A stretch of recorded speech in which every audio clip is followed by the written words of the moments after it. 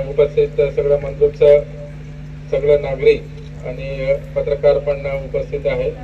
तर एक तर आमचं मंद्रुप पोलीस स्टेशन आणि SDPO त्यांनी एक आज चांगलं नियोजन केलेले आहे। खास करून आता गणेश उत्सवाच्या निमित्ताने इथं रक्तदान शिबिर आणि वृक्षारोपण पण कार्यक्रम ठेवलेले आहे।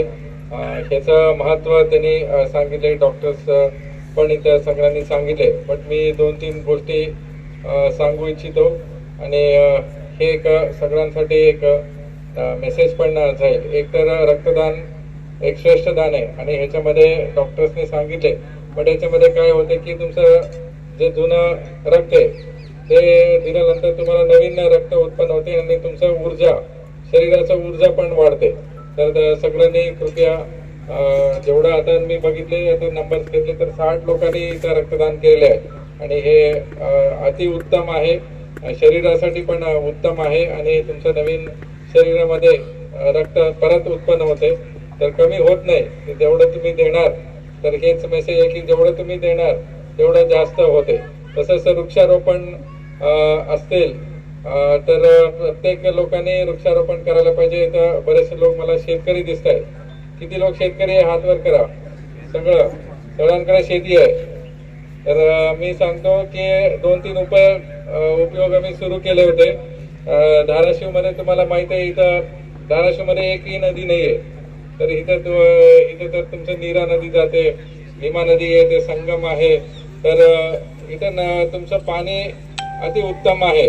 तर प्रत्येक शेतकरीला इथं चांगलं एक स्कोप पण आहे की तुम्ही शेतीमध्ये आणखी तुमचं उत्पन्न वाढवू शकता। तर आम्ही धाराशिव मध्ये काय केलं होतं की आम्ही प्रत्येक शेतकरींना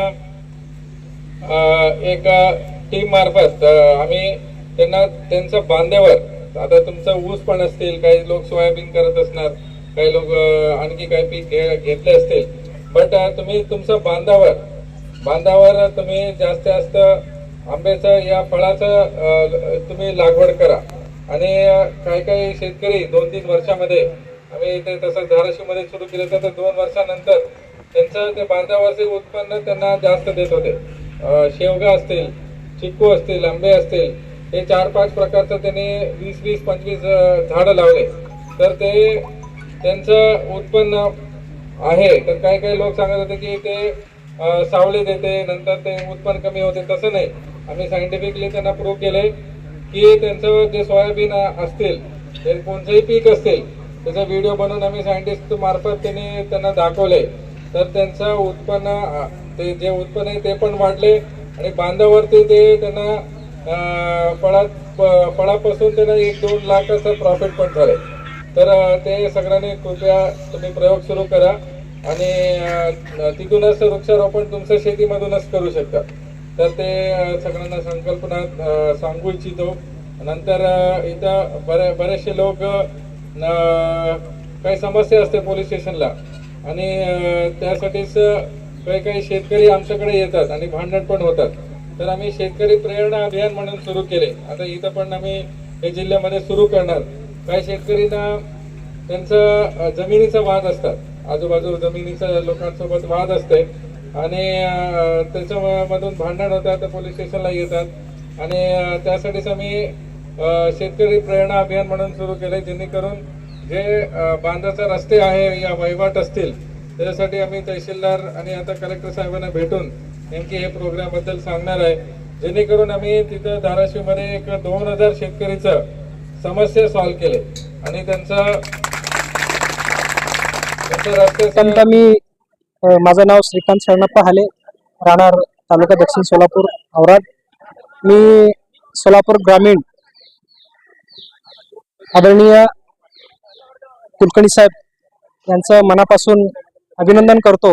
त्यांच्या अध्यक्षतेखाली आज जो मंद्रुपमध्ये गणेश उत्सवाविषयी जो कार्यक्रम संपन्न झाला, या कार्यक्रमामध्ये आम्हाला औराद एकता तरुण मंडळ आम्हाला प्रथम क्रमांक भेटला। गेल्या 2023 च्या कालावधीमध्ये आमच्या मंडळाने चांगलं उपक्रम औरादमध्ये राबवलं होतं, त्याच अनुषंगाने आमचं मंडळ प्रथम क्रमांकावर आला आणि मी आदरणीय मंद्रुप पोलीस स्टेशनचे API मनोज पवार साहेब यांचे देखील मनापासून मी त्याला धन्यवाद करतो. आदरणीय साहेबांनी आजच्या कार्यक्रमामध्ये 1500 झाडांचं जे नवीन उपक्रम राबवलेला आहे की माणसाला जगत असताना आवश्यकची गोष्ट आहे, म्हणजे आई विना माणूस जगू शकतो, दुधाविना माणूस जगू शकतो, पण ऑक्सिजन विना माणूस जगू शकत नाही. तेच आज आदरणीय मंद्रुप पोलीस स्टेशनचे API मनोज पवार साहेबांनी दाखवून दिलेले व त्याच अनुषंगाने मी परत एकदा आमच्या पूर्ण दक्षिण तालुक्याच्या वतीनं हार्दिक अभिनंदन.